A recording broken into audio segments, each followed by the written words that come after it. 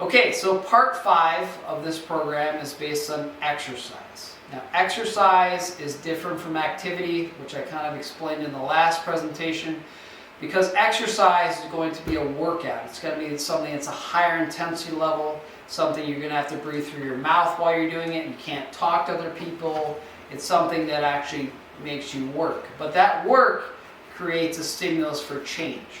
So that change is something that's going to change your body composition, change your energy levels, change how you look and feel, how your clothes fit. Very important things. But again, looking back at 2020, these are for survival, right? So if you need to help others, you need to be as fit as you possibly can. Otherwise, you could be a burden to them, and they need to help you. So a lot of these things are about what I call self-health, things that you can do for yourself to improve your own well-being and body, so you can not only help yourself but others, family members, co-workers. Obviously the winter's coming and getting ready for shoveling and all that good stuff, and obviously flu season's around the corner. So the stronger you are going into these things, the better you're going to be able to maintain and handle them. So we're going to talk about exercise. So number one, probably the biggest thing that most people do not consistently do is they don't warm up, okay? If you're going to watch a sports team and they go out on the field, they're always warming up prior to an event, right? So your event is not a game, it's your workout. So you always have to warm up. And there's different ways to warm up, some more effective than others, but the main thing is this has to be your starting point, okay? You have to be mentally and physically ready to perform this, whether it's a game or an exercise or a workout bout, okay? So number one, cold muscles will tear. You'll pull things if your body is not warmed up. So a key component to a warm-up is basically warming up your muscles, getting them more pliable. If you had taffy, cold taffy will break. Warm taffy is going to stretch and be more pliable. Same thing with your soft tissue. You want to make sure you're gradually increasing your body temperature. Okay, so your body temperature increases through activity and movement. So one reason why we sweat is because we produce a lot of heat in our muscles from the movement of these muscles. Okay, so we sweat, and actually if we didn't sweat, our skin would get so hot you could fry an egg on it. So when it comes to warming up, you want to gradually build up your body's temperature. Okay, so a gradual increase of your body's temperature, things warm up, things become more flexible. You want to get your breathing rate up, your respiration rate should increase because your oxygen requirement is going to be way higher than at rest. Okay, so you're breathing more, deeper breaths. Heart rate is going to come up based on that. So your heart rate is based on the amount of oxygen your body requires. So if you're at rest sitting at your desk, you're going to typically have a lower heart rate. Once you stand up, that heart rate increases to walk, let's say, across the room. Same thing when it comes to exercise. You know you're going to be exercising up here, so your body's gradually stepping up and bringing that heart rate up to get there. You don't want to just jump out of a seat and run. That's a shock to your system. The fourth thing is your mental focus. You kind of gearing your body up for what you're about to do physically and mentally. So it's very important to get that in. Now, a lot of people talk about stretching before they work out, and there's been a ton of recent research on stretching and whether it's effective or it's not. But the main thing to look at is you should never stretch when you're cold, okay? You should always warm up first. And there's two general types of stretches I'm going to look at here. One is a static stretch, where we're just kind of holding a stretch for a certain amount of time. The other is a dynamic stretch. So dynamic stretch would be something, let's say you watch a sports team warm up, and they're kind of going through motions. They're not really stretching, but they're going through different patterns of movement, which I'll discuss. So that's a key component to a dynamic warm-up, is going through the motions you'd be going through in your actual workout. So that is very key to long-term success and just making sure that your soft tissue, your muscles, tendons, ligaments are ready for this activity. Okay, so it's very important. Always start with a warm-up. You can get your body ready, get your mind ready before you jump into something, because it is work. It's not something super simple that's just going to happen. Don't just jump into it. So your body is made to move. Okay, so what we look at when it comes to exercise are what are called 6 patterns of movement. So a lot of exercise has been dictated by bodybuilding, machines, and all the stuff you see in gyms. And unfortunately, a lot of that stuff is not based on movements. It's based on kind of sitting in one fixed position and isolating one plane. But our bodies generally move in these 6 different patterns. So you have pushing exercise, you have pulling exercises, squatting, lunging, twisting, and bending. And there's also lots of combinations of those together.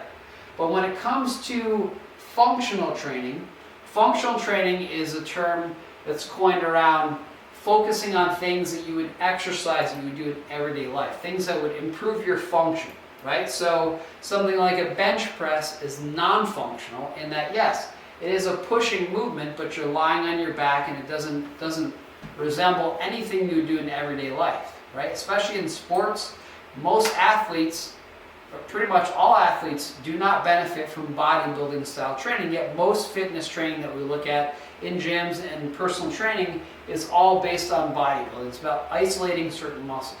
We're going to work your back today, your bis today, your tris. And unfortunately, it's non-functional, and it doesn't help you in everyday life. You might be a little bit stronger, but unless your entire system is working together, it's not going to work. It's like people that just work out their chest and arms and they have these little skinny legs. That does not work well if you have to, shovel and lift and carry things. It's non-functional strength. So when we look at movements, everything is based on these 6 patterns and or permutations and combinations of those. So instead of saying, well, I'm going to do an exercise for this muscle, these things are all combined in these 6 patterns, okay? So we look at, let's say, core training, okay? Core training are not sit-ups to isolate your abdominals. Core training is basically, proper core training are things that would help with balance, coordination, standing for extended periods of time. Most people have very weak core muscle. They might be able to bench press or squat a whole bunch of weight, but they get fatigued from standing, which doesn't make much sense, right? Because they're overemphasizing certain muscles and not working the important ones, which are crucial for daily function, okay? So all 6 of these are very important because they apply to things that your body goes through on a daily basis. Stretching always should be done after a warm-up, okay? Now again, a dynamic warm-up is going to be part stretching, part movement-based, okay? But basically, it always should be done after you warm up. You never want to do a static stretch where you're cold and just jump right into a stretch, especially people try and stretch their hamstrings all the time, which is typically not effective at all. So this right here is basically more of dynamic or ballistic movement. So you're actually moving through that range of motion, you're not holding a stretch, okay? So always after warm up. You never come into a gym, start stretching, and then warm up on a treadmill or a bike. It's the opposite. You want to go to the cardio piece first, if you're at home or a gym, and then go into some dynamic stretching is what I prefer. But also if you want to, you can add in some static holding stretches as well. Always do it after a cool down. After your workout, that's when you should be stretching. That's when static stretching is actually more effective. So you're kind of lengthening those muscles that you've created some micro trauma to. So warm muscles stretch, cold muscles pull. You never want to pull something intentionally. A lot of people pull things during an activity or a sport, which is sometimes not preventable, but you don't want to do it yourself by jumping into something at home or in a gym that you're not prepared for. So again, there's static versus dynamic stretching. Static is going to be holding a stretch for a certain amount of time. And most of the time, if you're holding a static stretch, at about the 20-second time period, as long as you're breathing properly, not forcing too much pain into a stretch, you should start to feel the muscles kind of relax. Okay, so the minimum amount of time you want to stretch is 20 seconds for each movement. Usually 30 or more if you're lengthening. The one thing you want to look at with a static stretch is you never want to induce pain. You never want to go into a stretch where it's just so painful. It basically does the opposite. Your nervous system activates that muscle and fights that stretch because it doesn't want it to tear. So if you had someone that was trying to, let's say you're on your back and someone trying to stretch your hamstring, and it gets real painful and they keep pushing and pushing, it's doing nothing but going the opposite way because your muscle is actually contracting the opposite way so it doesn't tear. The other thing with certain stretches, a lot of dancers or yoga people do is they overstretch. They go beyond the normal range of motion for a muscle or a joint. Okay, and what happens there is actually overstretches and then it loses stability. So there's a balance between stability and flexibility you have to maintain. You don't want to go too far. Too far creates instability. Okay? If you have a muscle that's very tight, you want to bring it up to optimal range of motion. You don't want to go beyond that. Beyond that is not good. Stretching someone, their foot all the way behind their head to the floor may look like fun, but it's not good for your soft tissue at all. So be aware of these things when it comes to stretching, but definitely dynamic, which would resemble the movements you're going to be going through. That is the best way to get your body ready in performing an activity. So when we look at resistance training, we're going to break this down into resistance training and weight training. So resistance training is overcoming some type of resistance. Now there's many new tools out there for exercise which are very cheap, very, take up a small footprint that you can travel with. Resistance bands would be one of the big things to look at, suspension trainers and body weight type exercises. These are typically not based on gravity like weight training. Weight training, you have a dumbbell, gravity pulls it straight down, you're going against that force. Whereas resistance training, let's say with a band, you can pull at different angles, you can press, you can do all these different things with them. And a resistance band or tubing is basically very similar to a muscle, right? It shortens, lengthens, so it's got that same kind of approach to it. And the longer you pull on it, the more tension you build up. You can get different tensions, light, medium, heavy, extra heavy. There's all different things you can do with tubing and bands. And they've been used for years in physical therapy, but have kind of crossed over more to do conventional exercise. So I'm a real big fan of resistance bands. Suspension trainers came out a while back and they're very effective at using body weight. So a lot of it's using body weight. You're using gravity to a point, but it's really just your body weight. You're changing angles with them, and that's what kind of these pictures are. This is more suspension-based training. So there's no actual weight other than your body weight, and the main thing is based on the angles and the attachment points, you can do a whole bunch of different movements. Big thing that they're used for was in the military. They could throw it over a tree, they could throw it over a swing set, anything just to attach it to an anchor point. And there's a whole bunch of great exercises you can do with suspension trainers. TRX and all those things are the most common brands, and there's been just huge movements of that stuff. So that's really important resistance training to really strengthen your muscles, especially through a full range of motion. And it's a combination of these things. So it's not just one thing. Cross training is still a big aspect of this, but this as resistance training is very important for building strength. Sometimes if it's going to be a higher rep range, it's going to be more for endurance, and then low reps are going to be more for strength. But this kind of stuff, you're not building absolute strength, it's more just general strength training. Now weight training is obviously been around a lot longer, and this is based on gravity, right? So increasing your muscular strength and bone densities are key components to weight training. Now, obviously using dumbbells, barbells, kettlebells, these are all different components. There's a whole slew of new things that they've come out with, especially strongman and CrossFit, and there's a lot of things that have kind of moved into mainstream weight training. But basically the main thing to look at when it comes to men and women, typically men need to be doing more conditioning and cardio. They like doing a lot more weights, but they need to kind of balance it off and cross train, whereas women seem to be doing, especially nowadays, more and more resistance trains. They're less and less afraid of the old image of, weight training will make you bulky and make you more manly.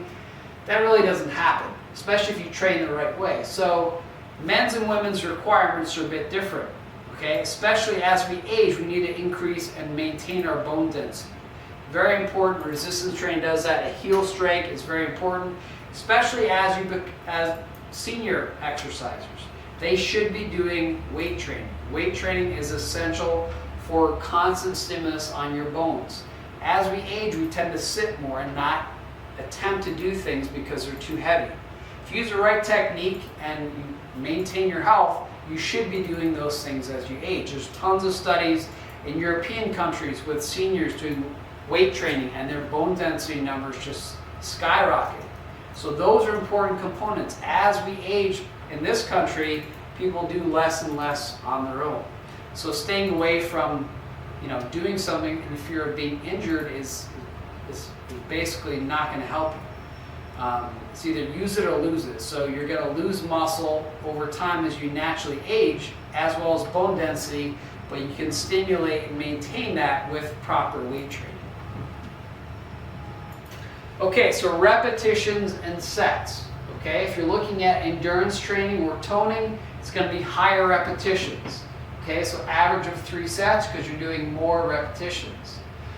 Strength training is typically 8 to 12 reps. You typically have to do 4 or more sets. Again, based on how many repetitions you're doing, or we'll talk about, it's called time under tension.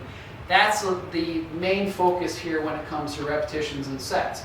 Some power training could be 3 to 5 reps or less, 5 or more sets. So if you're doing something that requires a lot of power or strength, you're going to have to do more sets with less reps because your body can't handle high reps of those things. So lower reps, you're going to have to do more sets. Okay, so typically the average thing was 3 sets of 15, 4 sets of 10, and so on and so forth.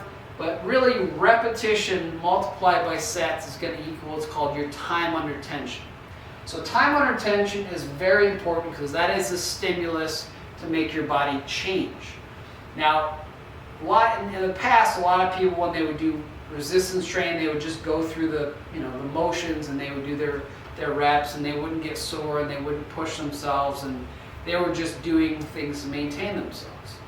But the main thing is that you want to look at time under tension as your application for change. Okay, so if you're doing something that's going to be power-based, something where you really want to build some serious power and strength, you're going to need more time under tension to do that.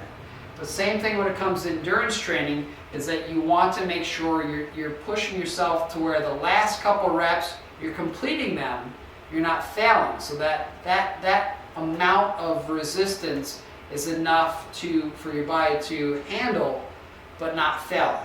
Okay, and there's many different components. This is just kind of a generalization when it comes to how many reps and sets you should be doing. But for endurance training, you're going to want to do 3 sets of 15 or so. Strength is mid-range, 4 or more sets, and then power is going to be much higher than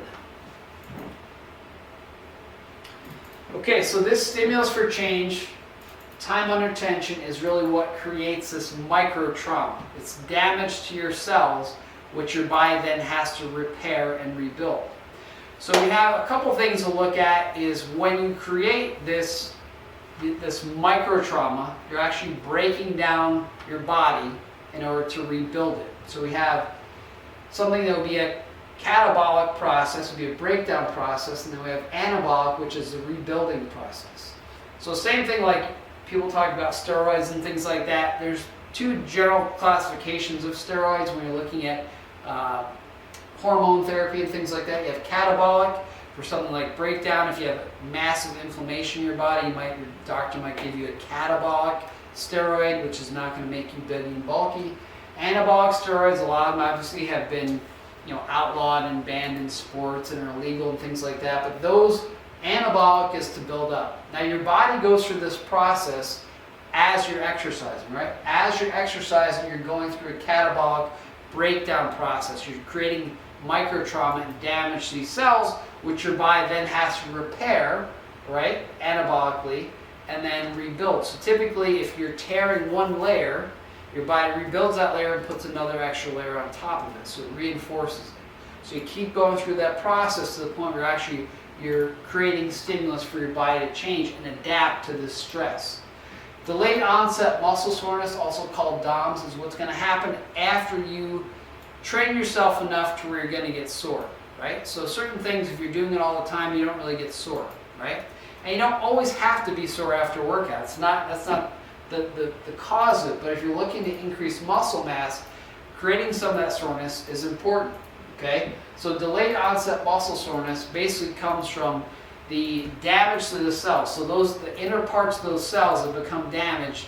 They kind of leak out of the cells and they sit around your nerves. And that's where your feeling comes from, your feeling of soreness. So they're kind of caustic to your nerves, they create some inflammation, they put pressure on your nerves. That's where you feel. So the day after doing a leg day or exercising something you haven't been used to, you're going to feel your legs standing up and sitting down and going up and down stairs. That's a good thing. That means you did enough to stimulate a change in your body. Repair is going to come from carbohydrates and protein. So after that, you want to repair those. So you need to give your body the raw materials to repair. Primarily, carbohydrates are going to repair what you use as energy in the cell, whereas protein is going to be the structural component with healthy fats to repair those muscle cells. So you want to take that in right after you exercise, so you're not waiting and you're not going through this breakdown process. People that exercise and don't refuel right afterwards continue to break down and they never really build up. So the process is you break down and then you build up. So you start this roller coaster, but you're going up as you go along. So it's changing over time. All right? The adaptation to stress, which is exercise, is what creates this change in your body. So we adapt to, let's say, lifting a certain amount of weight or doing something that's different. That's the stress which makes our body adapt. The stimulus for change has to be more than what we're used to. It has to be something different. Okay, so post-exercise recovery. Number one, keep moving. A lot of people, when it comes to exercise, they want to sit down. They don't want to move around, especially if you're sore. Their legs are sore. Go for a walk. Do not exercise those muscles. If your legs are sore and you did squats a couple days before, even if it's 3 or 4 days, don't do squats again because your body is not healed up. But you should be moving. You could be doing, it's called active rest. So you could go for a walk, you could bike, something that's just pulling your muscles through the motion. It's not something that's creating more damage, it's actually helping speed recovery, okay? So do not exercise sore muscles, do activity only, active rest as it's commonly known. Never increase any activity or exercise more than 10% a week. This is very important when it comes to bone density and stress fractures. Many people, if they haven't exercised, they decide, even if you were a runner or had run before, if you decide, I'm going to go today, I haven't run in months to years, I'm just going to go for a mile run. That is 1,000% increase from where you're at 0, and your body's not ready for that. So the problem with that is your body's in a breakdown state, especially your bone density. So your body remodels its bone in response to the new stress. So it's breaking it down to then rebuild it stronger. But in the time it takes for it to break down, to you increasing your activity, that can create stress fractures and problems and stop you from continuing. So the key is not to increase anything by more than 10% a week. 10% is just enough to stimulate change in your body, but not too much to overwhelm it. Okay, so cooling down. Very important. 5 to 10 minutes afterwards, this is where you might throw in some static stretching. Walk it off to cycle out the lactic acid. Okay, so a big thing is not to do your workout and then just go and sit down and relax because you're tired. Okay, a key to that is you have blood pooling in your arms and legs, your extremities. It puts more stress on your heart to pull it back into your heart to be pumped around. So you got to keep moving. So gradually bring your heart rate down, your respiration levels down, your body temperature down. Everything gradually comes down. If you just stop and sit down, that's putting more stress on your body than your body wants because it's already fatigued and you do not want to do that, especially for your heart. So it's not time to sit around and relax. It's something that you want to gradually bring down, just like when you warmed up, you gradually want to bring it back up. Stretching and also hydrating. The key is if you sweat a lot, people sweat at different rates, and obviously a lot of different things that affect the amount that you sweat, humidity. Some people are just naturally sweat really quick. They're very efficient at getting rid of heat. You want to increase the amount of hydration you have because that's where it can negatively affect you going forward. especially cramping and recovery. You need those fluids, that hydration, in order to start recovering. So it's very important to hydrate post-exercise. Okay, so part 5 summary is number 1, warm up. That is step 1. Every time you exercise or do some type of activity, warm up. Don't just put your sneakers on and go out the door and go for a jog. Don't put your sneakers on, go out the door and just stretch outside the door and then run. It does not work that way. Same thing with biking. You gradually want to bring everything back up. Focus on movement patterns. Not today I'm going to work on my biceps or work on my calves or abs. It's all about those 6 patterns of movement. Cross training. Do different things. Don't do the same thing over and over again. You're going to get diminishing return on that investment. So you want to make sure you're changing it up. Diversify, right? You want to create stimulus for change. So do something. You want to, let's say, lift weights that are way more than your purse, right? If you're a man or a woman. So the main thing to look at is you need to do things that are tougher than what you're used to. That makes your body adapt to this new stimulus or new change. Cool down is very important. Don't just sit immediately post-exercise. Don't sit down. Move around. Gradually bring everything down. Bring your heart rate down. Bring your respiration rate down. Bring your temperature down. Hydrate. Very, very important for long-term success. So I hope you picked up some important components here. The handout that's going to go along with this will break all this stuff down just like I did here, but a little more detailed and give you more some question and answer on things for your specific goals and how you would attain them. So this is part 5 of a 6-part series, and the next one's coming right up.